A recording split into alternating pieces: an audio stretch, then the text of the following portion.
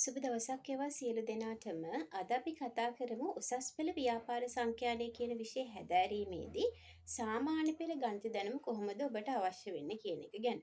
විශේෂයෙන්ම මේ විෂය හැදෑරීමේදී ඔබට අනිවාර්යයෙන්ම අවශ්‍ය වෙනවා මූලික ගණිත දැනුම. කුඩා අවදියේ පටන් ඔබ කරපු එකතු කිරීම, අඩු කිරීම, බෙදීම, වැඩි කිරීම කියන මූලික ගණිත දැනුමට පරිබාහිරව අවශ්‍ය වෙන්නේ ලඝු ගණක දැනුම. ලඝු ගණකාශ්‍රිත සුළුකිරීම් ඉතාම බහුලව භාවිතා වෙනවා මේ විෂය පුරාවටම.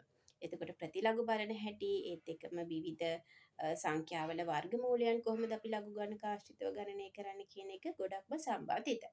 ඒත් එක්කම භාග සුළුකිරීම, දශම සුළුකිරීම, සමගාමී සමීකරණ සුළුකිරීම, ද්විපද වර්ගජ ප්‍රකාශන, ඒ වගේ දේවල් අනිවාර්යයෙන්ම අදාළ වෙනවා. ඊට අමතරව සාමාන්‍ය පෙළදී ඔබ හදාරපු ජාල රේඛ නිර්මාණය, වෘන්ත පත්‍ර සටහන් නිර්මාණය, ඒත් එක්කම විවිධ වක්‍ර නිර්මාණය, මේ වගේ දේවල් තමයි අනිවාර්යයෙන්ම අදාළ වෙන්නේ ව්‍යාපාර සංඛ්‍යානය කියන විෂය උසස් පෙළට තෝරා ගැනීමේදී ඔබගේ සාමාන්‍ය පෙළ ගණිත දැනුම වශයෙන්.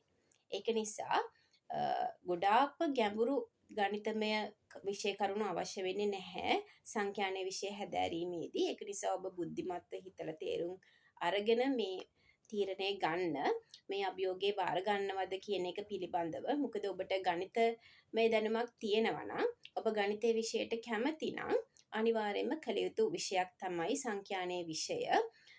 මොකද තියරිටිකල්ම දේවල්, ඒ කියන්නේ කටපාඩමෙම කරන දේවල් පමණක් තියෙන විෂයක් කරනවට වඩා ගණිතමය දැනුම සහ තියරි ආශ්‍රිතව තියෙන විෂයක් කරන එක වඩාත්ම ප්‍රායෝගිකයි. සහ ඔබ ගණිතමය දැනුමට කැමති කෙනෙක් නම් අනිවාර්යයෙන් මේ විෂය කිරීමේ අභියෝගය බාර ගන්න කියලා මම ආරාධනා කරනවා.